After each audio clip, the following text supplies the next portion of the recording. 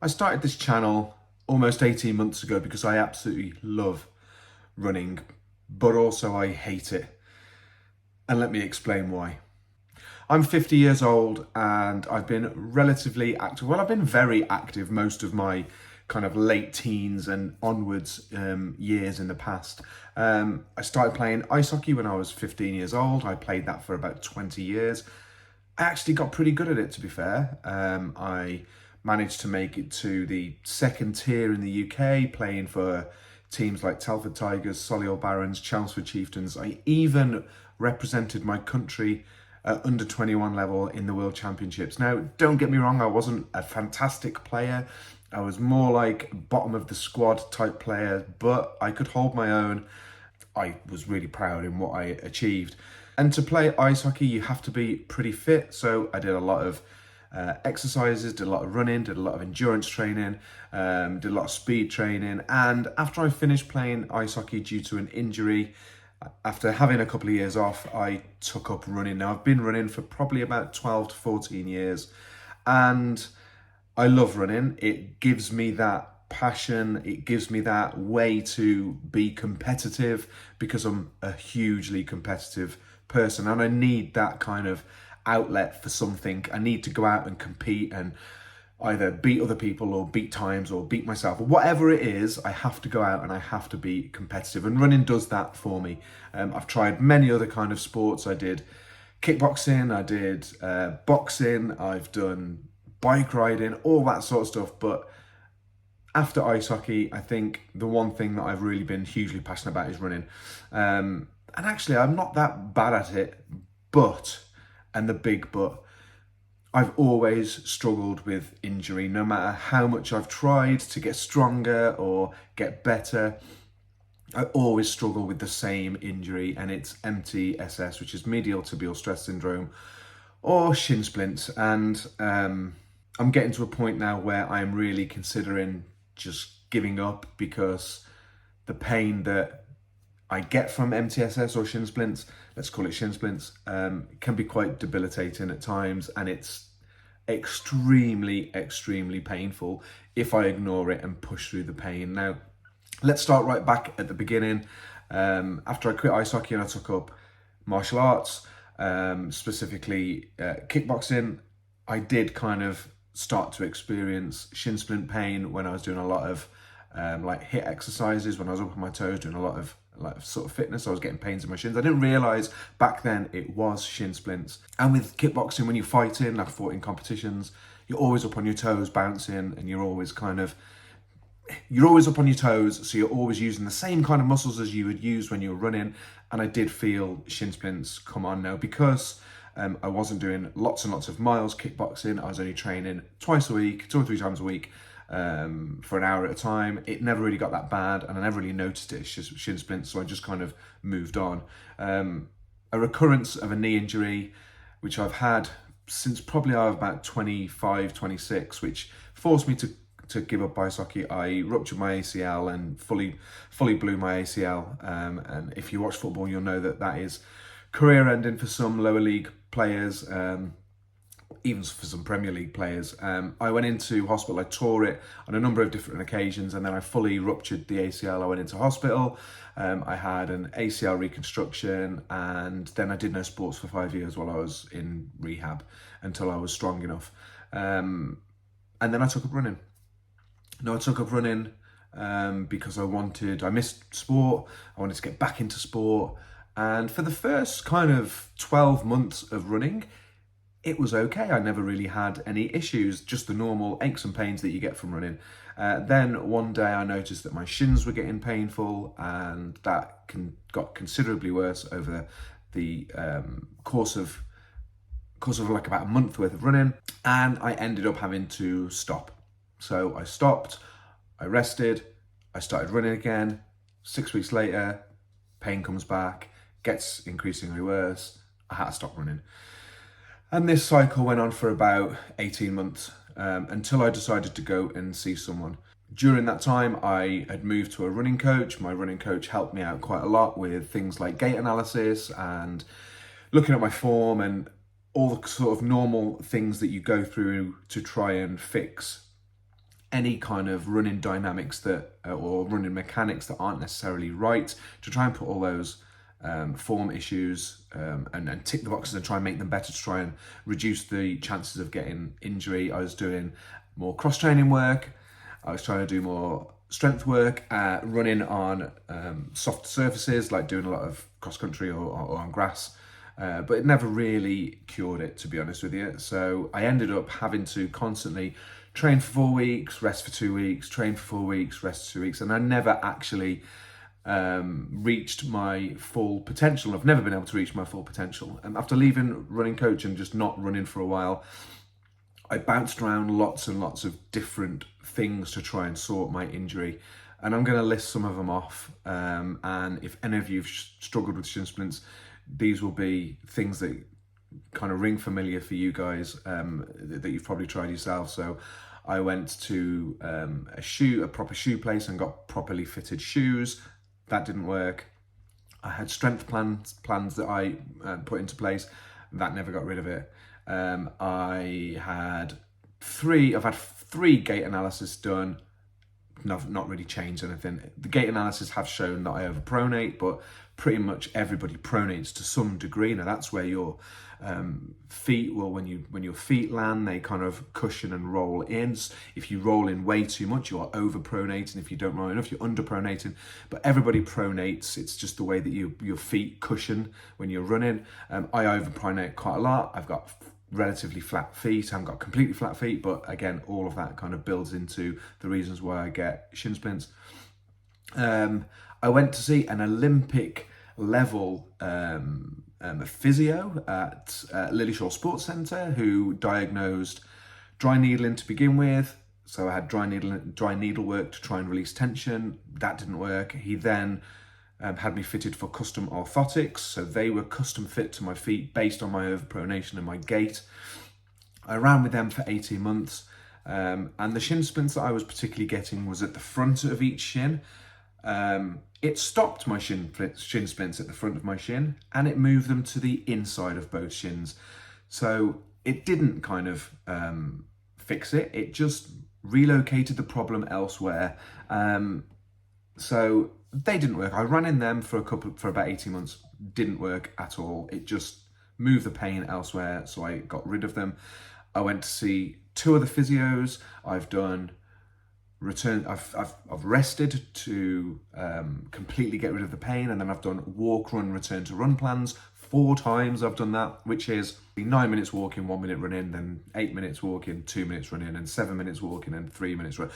Back to get into a position where you are running for 30 minutes and then you build your running plan from there. So I've done that a number of times, and every single time I've tried it, the shin splints have come back.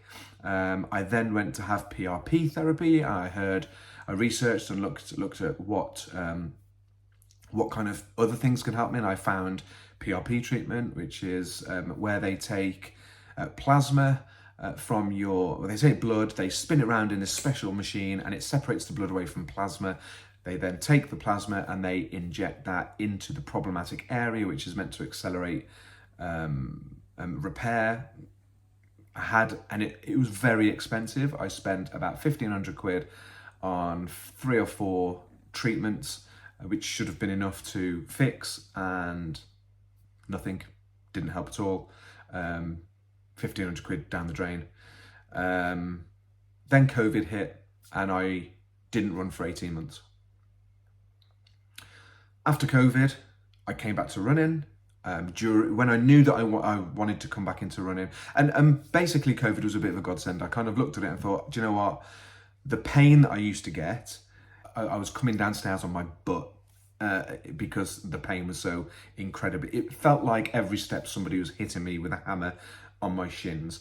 And it's been like that whenever I've gone into a really heavy training block. So if I've been training for a marathon or a half marathon, where you need to put lots of effort in and a lot of speed work in, I can train for like 6 to 8 weeks, and then the pain really starts to get too intense. I can't even run because the pain's so bad, and even walking and coming down the stairs, it really hurts. And it takes a good 3 or 4 weeks for then that to subside to no pain, and then I can start to run again.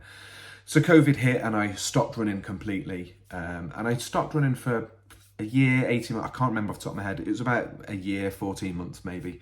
And I decided the time was right, that I felt that the time that I'd given myself, rest should have been enough for my body to recover, repair, and all the running that I've done, surely my bones must have been stronger, my tendons must have, everything must have been stronger and repaired itself, and I can crack on and start to run again. And I started running, and I'd researched a method called low heart rate running, which is running at a zone 2 low heart rate pace.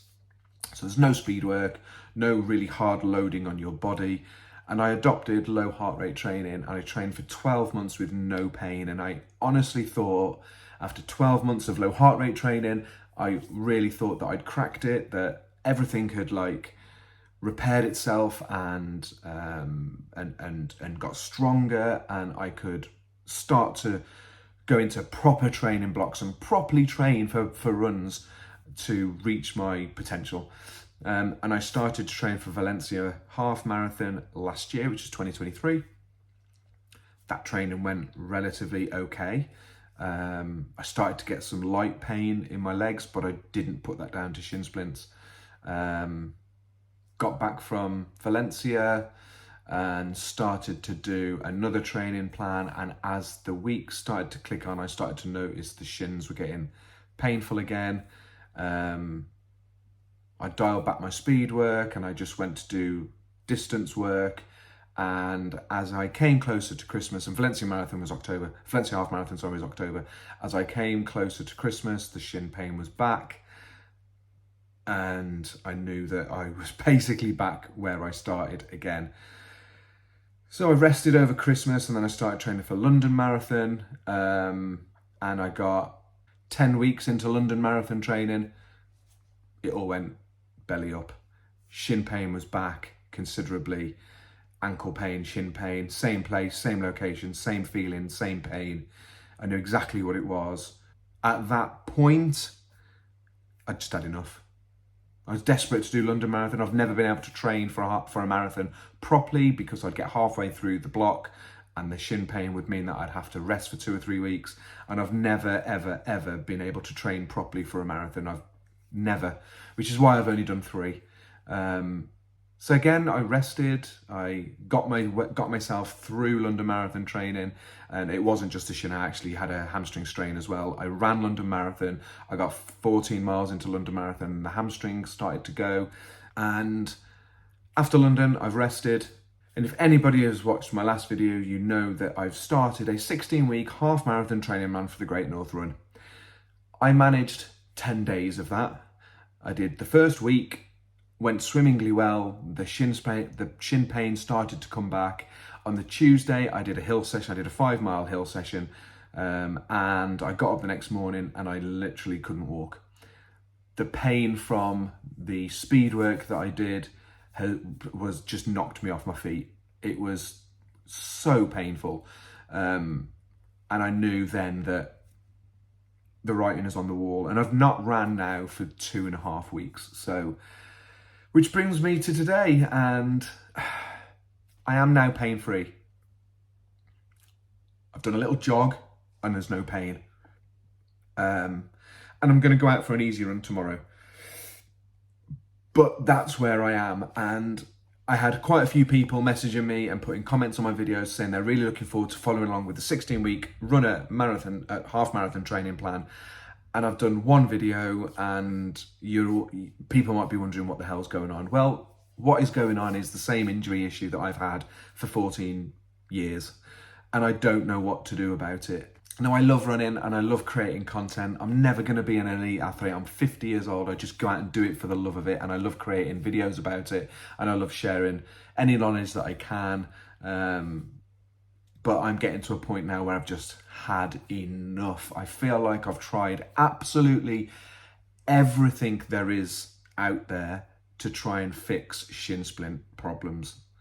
So please, if there is anybody out there, any professional out there, or any person out there who can resonate with my story and has been through this and has found a solution, please, for the love of God, comment down below.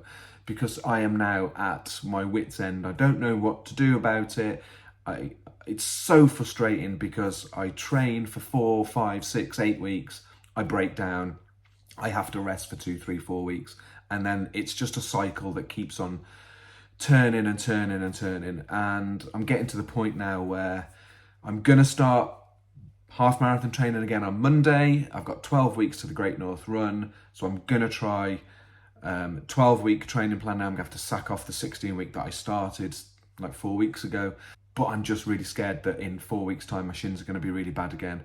Or I'm not going to be able to do any speed work, or I'm not going to be able to do this, that, or the other. And I don't really know what to do about it because it messes with my head and it makes me quite depressed sometimes that I love running so much that I just, and I can't go out and do it. Now, people have said to me, oh, just go out and just have fun, just go out for a jog. And, you know, if it's not about that. It's not about going out for a jog. I can't be the person that just puts on his shorts and goes out for a jog. And it has to be competitive. There has to be a competitive element for me.